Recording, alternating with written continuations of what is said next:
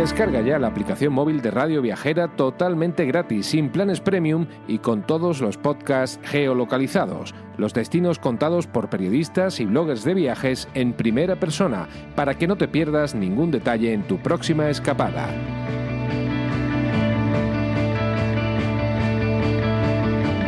Estás escuchando De Donosti al Cielo, con Carlos Bengoa, de las redes sociales de Donosti City, en radioviajera.com. Buenos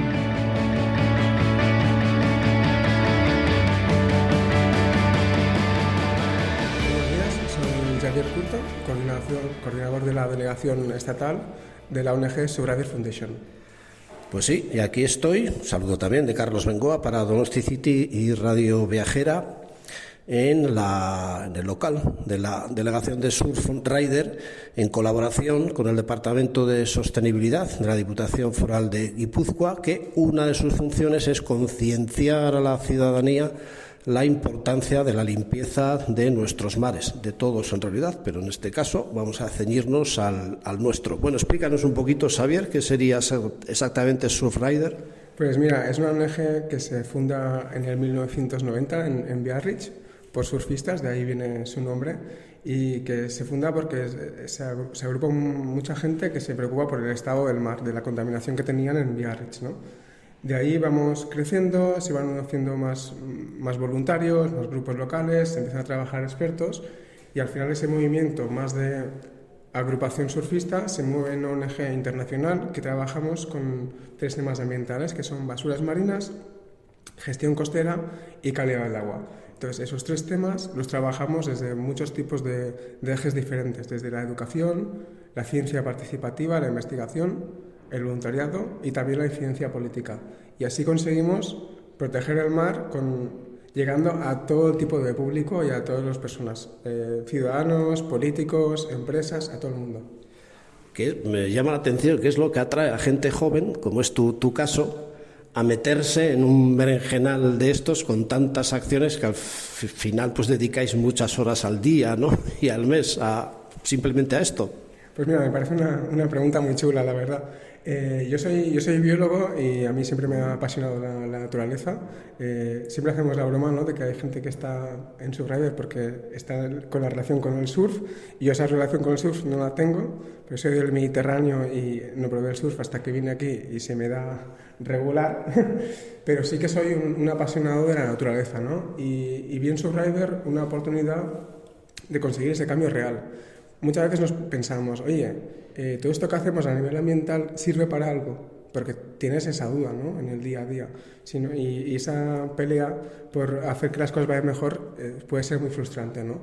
Pero en Surfrider sí que he visto que hemos cambiado muchas cosas, y lo he visto en los años que llevo trabajando, con lo que me da ese empujón sí, tenemos que seguir en esa línea, no podemos parar, porque si paramos, perdemos, retrocedemos en lo que nos está costando conseguir, ¿no? Claro, es que hay mucha gente joven que inicia proyectos y que lo normal es que al tiempo se aburra, bien pues porque no hay respuesta a la ciudadanía, porque no hay apoyo de las instituciones. Vosotros ya lleváis bastantes años y parece que sí recibís ese apoyo y sobre todo que la ciudadanía lo termina de agradecer. ¿Crees que en este momento hay concienciación real de la ciudadanía del problema que tenemos en las basuras, en este caso marinas? Yo creo que cada vez más, porque si comparamos hace 10 años, es un tema del que no se hablaba casi, la gente no estaba tan preocupada. Es verdad que de esta sensibilización, concienciación, a que cambien nuestros hábitos, también hay un paso y es lo que más cuesta, ¿no? Pero yo creo que sí, cada vez más estamos más sensibilizados. Hasta cierto punto también creo que a veces, si se habla de ciertas formas o se habla demasiado de un tema, también puede hacer que a la gente le genere rechazo, ¿no? Creo que con el cambio climático ha pasado un poco esto, porque es un tema muy complejo, que siempre se ha tratado desde el miedo, y que esto hace que la gente se frustre, y es un tema que hay que entender bien, ¿no? Pero con el tema de las basuras marinas, por ejemplo, sí que creo que estamos mucho mejor que hace unos años, y tenemos personas, empresas de todo tipo que cada vez se interesan más. Llevamos además muchos años trabajando con la Diputación Foral de Guipúzcoa, con el Departamento de Medio Ambiente y Sostenibilidad, que nos ha permitido desarrollar proyectos en el terreno en Guipúzcoa que son muy fuertes y tienen ya varios años de seguimiento. O sea, que yo creo que sí que estamos mejor, la duda es, esa sensibilización de más va a hacer que mejoren estos hábitos, y ahí es donde tenemos que hacer entender lo importante que es que los políticos legislen mejor, que las empresas intenten contaminar menos y que los ciudadanos hagamos mejor lo que podemos hacer con nuestra responsabilidad, ¿no? Bueno, de entrada, bueno es que parezca que hay eso, pues una mayor concienciación y desde luego que bastante más apoyo. No voy a decir que esté de moda, bueno, que quizás también la palabra eco, le ponemos el apellido eco a todo, sostenible, y en alguna ocasión, pues bueno, yo suelo hacer alguna crítica de, yo que sé, un hotel, que al que se le puede poner de nombre eco-hotel, y al final te das cuenta de que hace lo mismo de siempre, solo que le han puesto eso pues porque sea la moda, ¿no? Pero sí es verdad que hay muchas asociaciones o fundaciones como la tuya que realmente participa y es activa y al final encuentra sus frutos. Entre muchas cosas que hacéis mediciones de la calidad del agua, por ejemplo, habéis estado hace poco en Barcelona haciendo un estudio. Eso es, tuvimos la suerte que tuvimos una subvención ahí, que por lástima ya terminó, y estuvimos midiendo contaminadores de bacterias fecales. El punto es que en lo que es la calidad del agua, la directiva europea lleva más de 20 años sin renovarse, entonces se ha quedado para nosotros obsoleta, ¿no? ¿Eso qué implica? Que solo se miden bacterias fecales en verano, pero fuera de verano ya no se miden. Por ejemplo, hay otros contaminantes además que no se miden, como contaminantes persistentes, algas invasoras y más, ¿no? Pero bueno, nuestro punto de vista, ¿qué fue? Pues intentamos empezar a hacer un seguimiento con la Universidad de Barcelona, que hemos hecho desde verano hasta finales de año, y empezar a ver qué es lo que pasa con esa calidad del agua, si hay siempre valores estándar o hay momentos en los que suben y hay picos de lo que se llama colonias formadoras, que son las colonias de E. coli o enterococos. No voy a entrar mucho en detalle porque puede ser un tema complejo, pero son las bacterias fecales que pueden hacer una contaminación fecal en el agua, ¿no? Eso es muy común cuando hay episodios de lluvia muy fuerte, porque en esos momentos no se puede hacer la gestión de las aguas que tenemos en casa y a veces se liberan al medio sin tratar aguas que tenemos en casa, con lo que aumenta la contaminación fecal. Por eso es muy importante cuando llueve mucho que a veces cierran las playas. No es solo por la problemática que puede haber si hay más olas o lo que sea, sino es porque puede haber contaminación fecal, ¿no? Entonces hemos hecho este proyecto. Como decía, el mundo de la asociación a veces es complicado porque no hemos conseguido tener más fondos este año, con lo que vamos a tener que seguir buscando. Pero es un proyecto que nos ha gustado mucho porque nos ha permitido empezar a hablar también con la Federación Catalana de Surf, con la Universidad de Barcelona y con la Administración de Cataluña e intentar ver pues, que hay oportunidades de entender mejor lo que está pasando, ¿no?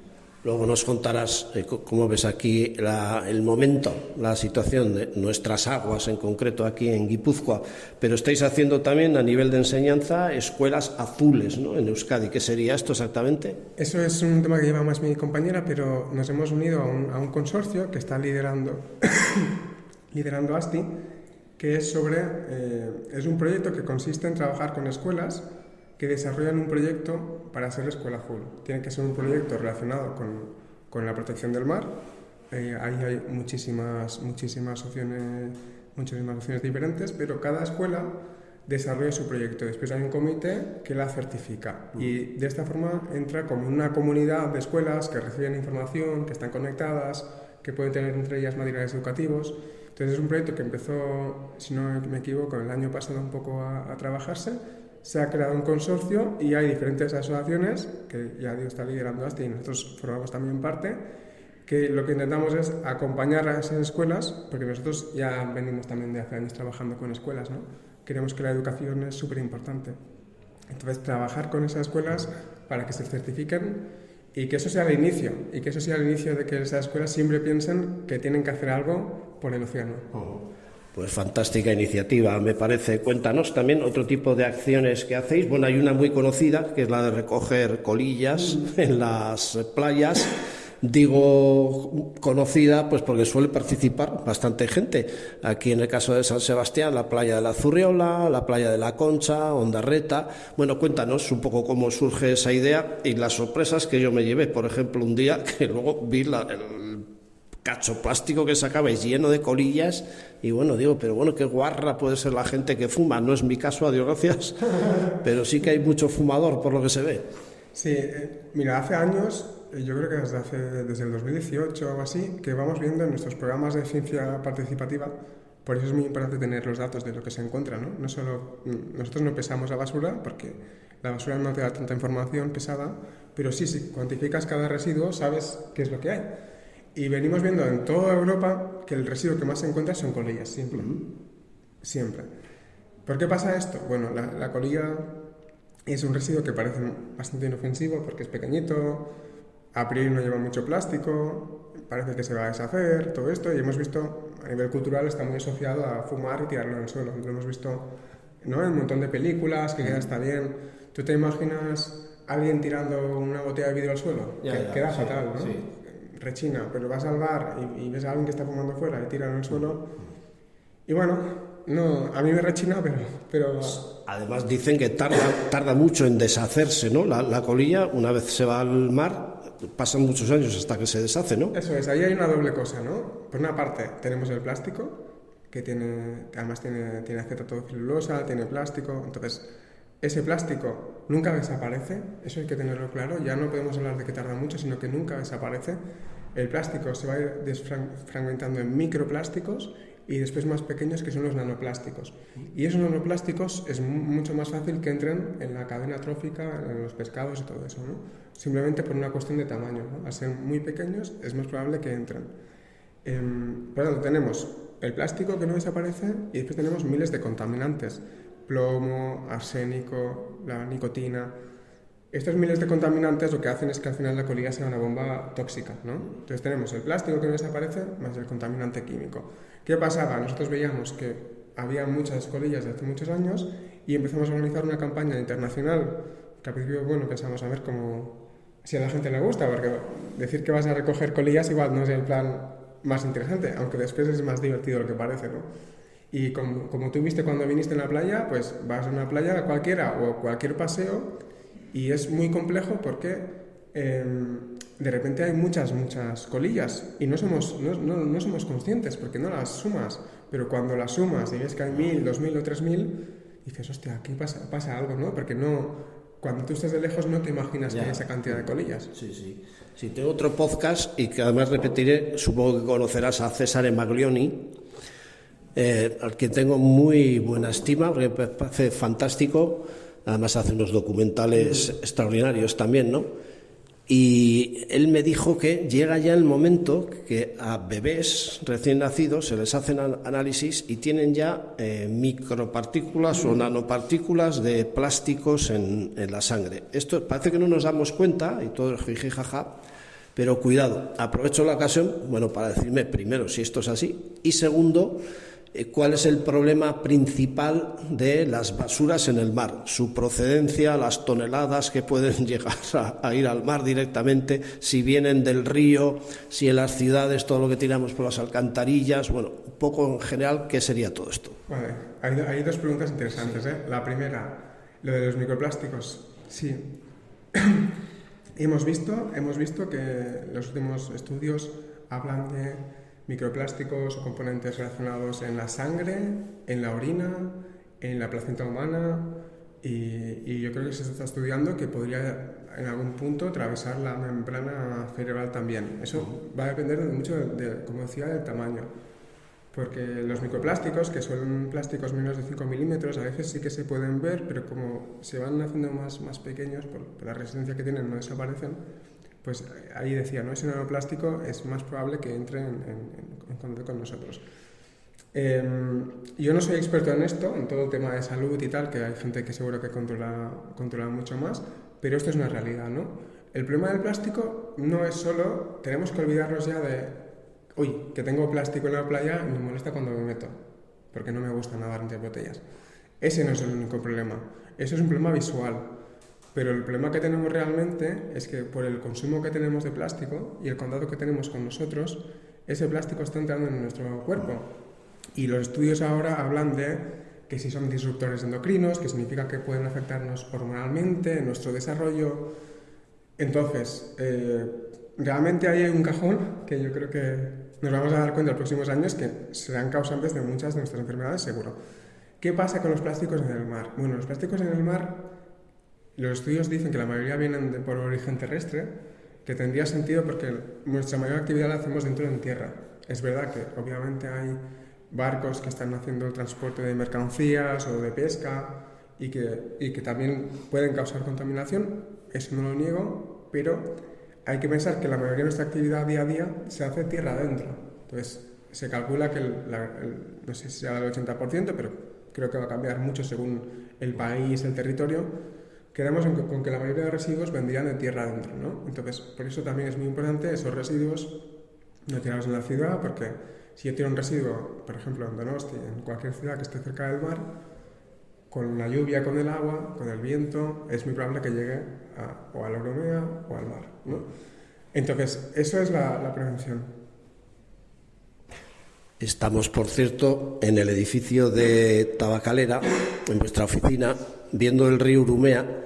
Yo era muy crío, bueno, y de más joven también, cuando el río Urumea era una espuma blanca infinita, prácticamente desde Hernani hasta la misma desembocadura. Y muchas veces en verano, en la playa, tanto en Zurriola como en La Concha, teníamos que estar apartando plásticos. Aquello, no sé, llegó a un momento que era como una cosa normal. Dices, bueno, hoy está sucia el agua, pues vale, voy a quitar el plástico aquí, voy a quitar este palo de allá. Pues, bueno, no sé, una sensación. Hoy día creo que eso ha mejorado muchísimo. Desde luego que está metiendo mucha caña al Departamento de Sostenibilidad de Diputación. Los ríos creo que están muy bien en este momento. Hay alguno, como yo decía de pequeño, que huele a río, ese olor de agua natural no contaminada, que tuve esa sensación hace poquito en el de Leizarán, un poco antes de Andoain. Conocerás el Puente de las Brujas, una nibia, y me vino ese olor de río limpio, ¿no? ¿Cómo crees que está en este momento la situación de nuestros ríos, de nuestros mares? Para mí es una pregunta muy, muy compleja, porque yo como científico tendría que coger datos de muestreos que se hayan hecho en temas de residuos y ahí. Seguramente, yo por la experiencia que tengo en Guipúzcoa, es una de las zonas en las que más se está haciendo esfuerzo en la retirada de residuos y en el monitoreo, con lo que creo que comparando con otras zonas seguramente estemos mejor. Pero creo que es una pregunta demasiado compleja, porque tendríamos que preguntarnos por cada cosa. ¿Cómo están nuestros ríos? Pues a nivel de caudal, a nivel de fauna, a nivel de contaminantes que puedan tener. ¿Cómo está nuestra costa a nivel de turistificación, a nivel de residuos, contaminación fecal? O sea, para mí son muchas preguntas y cada pregunta tendríamos que responderla con datos en concreto, ¿no? Desde fuera da la sensación de que está más limpio todo, ¿no? Más transparente las aguas, el río a veces casi como que ves la arena del fondo. Antes era fango auténtico, ¿no?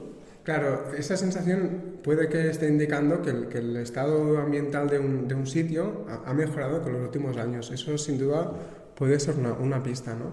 Yo te decía lo de la me faltan datos, porque claro, al final, para ser objetivo con todo, tenemos que responder pregunta a pregunta, ¿no? Yo sí creo, por mi experiencia, pero esto ya es más una experiencia individual, que lo que he visto aquí con el esfuerzo que se hace entre empresas, administración y esto, me hace pensar que es una provincia en la que se está dando muchísimo impulso al tema ambiental, tanto el tema del cambio climático como temas de basuras marinas. Y eso no lo he visto siempre y no lo he visto ni en todas las administraciones ni en todos los sitios. Entonces, yo creo que ahí vamos en una muy buena línea, ¿no? ¿Qué pasa? Que hablamos de un problema que es súper global, ¿no? El tema de la contaminación del mar no es solo lo que podamos contaminar aquí, sino que hay que pensar que nos viene contaminación de cualquier otro país que venga por mar, ¿no? Entonces, estamos haciendo una recogida y de repente encontramos residuos de Asia o de Francia o de Rusia o no sé dónde y dices, hostia, porque ves las letras y te causa curiosidad, ¿no? De cómo ha llegado hasta aquí. Ya. Entonces, claro, eso hace que, aunque la administración puede estar haciendo cosas para protegerla, realmente el problema que tenemos es un problema súper global, ¿no? Y que ahora, por ejemplo, han estado haciendo tratados con el tema de Naciones Unidas, el tema del tratado del plástico y tal, y por lo que yo sé no ha salido nada en clave, porque ha habido mucha discordia entre los países. Hay países que quieren rebajar mucho el tratado sobre los plásticos, ¿no? Entonces, no sé si te estoy contestando mucho, me estoy alargando mucho, pero para... No, sí, me encanta, ¿eh? Me encanta que esto para más entrevistas y para bastantes más minutos que los que llevamos, que son unos cuantos ya. Quiero terminar con el tema de cómo hacerse voluntario, exactamente. Pues mira, hacerse voluntario es muy fácil. Nosotros estamos en Tabacalera, en el Impact Hub, pero si buscáis por internet Survivor España, pero nosotros somos la delegación y trabajamos a nivel de todo el estado. Si buscáis Survivor España, nos podéis escribir por Instagram, por Facebook. Tenemos un grupo de WhatsApp para voluntarios, nos podéis llamar y os cogeremos. Podéis entrar en nuestra web que se llama surfreader.es, pero si buscáis Survivor España os saldrá también la web en Google. Desde ahí tenemos una agenda, nos podéis contactar, o sea, hay 1000 formas de llegar, pero para el que no se quiera complicar mucho, busca Surfreader en Google y cuando le salga a la oficina de Donosti, nos llama y le voy a coger el teléfono y le explicaré un poco qué se puede hacer. Oye, pues muchas gracias, Xavier. No sabes qué suerte que haya gente como vosotros y como vosotras aquí en el equipo y que tanto os preocupéis por el tema y tantas acciones estéis emprendiendo. ¿Así alguna que tengáis cercana? ¿Cuál sería? En junio me decías la de las colillas, ¿sí? En junio tenemos una campaña de colillas que venimos haciendo desde hace varios años. Así, por resumir, que el año pasado fue muy chulo. El año pasado, en las recogidas que hicimos a nivel estatal, recogimos más de 52.000 colillas, solo en un fin de semana. Este año se hace en junio y nosotros tenemos varias recogidas que organizamos como equipo, aunque hay gente que las organiza por su cuenta y eso nos ayuda muchísimo y venimos colaborando con muchas asociaciones. Tenemos varias, una es el 3 de junio empezamos en la Zurriola, el 5 de junio vamos a estar en Bioterra, en Ficoba, en Irún, y el 13 de junio vamos a hacer una en La Concha. O sea que ya la primera quincena de junio ya tenemos 3 recogidas que la gente se puede apuntar. También nos puede escribir y buscar nuestra web para buscar más, pero ya tenemos que ya podéis hacer el plan para el 3, el 5 o el 13, cuando queráis. Perfecto, muchas gracias, Xavier. Es que ricasco. Pues desde San Sebastián un saludo de Carlos Bengoa, este podcast en colaboración con el Departamento de Sostenibilidad de la Diputación Foral de Guipúzcoa. Agur.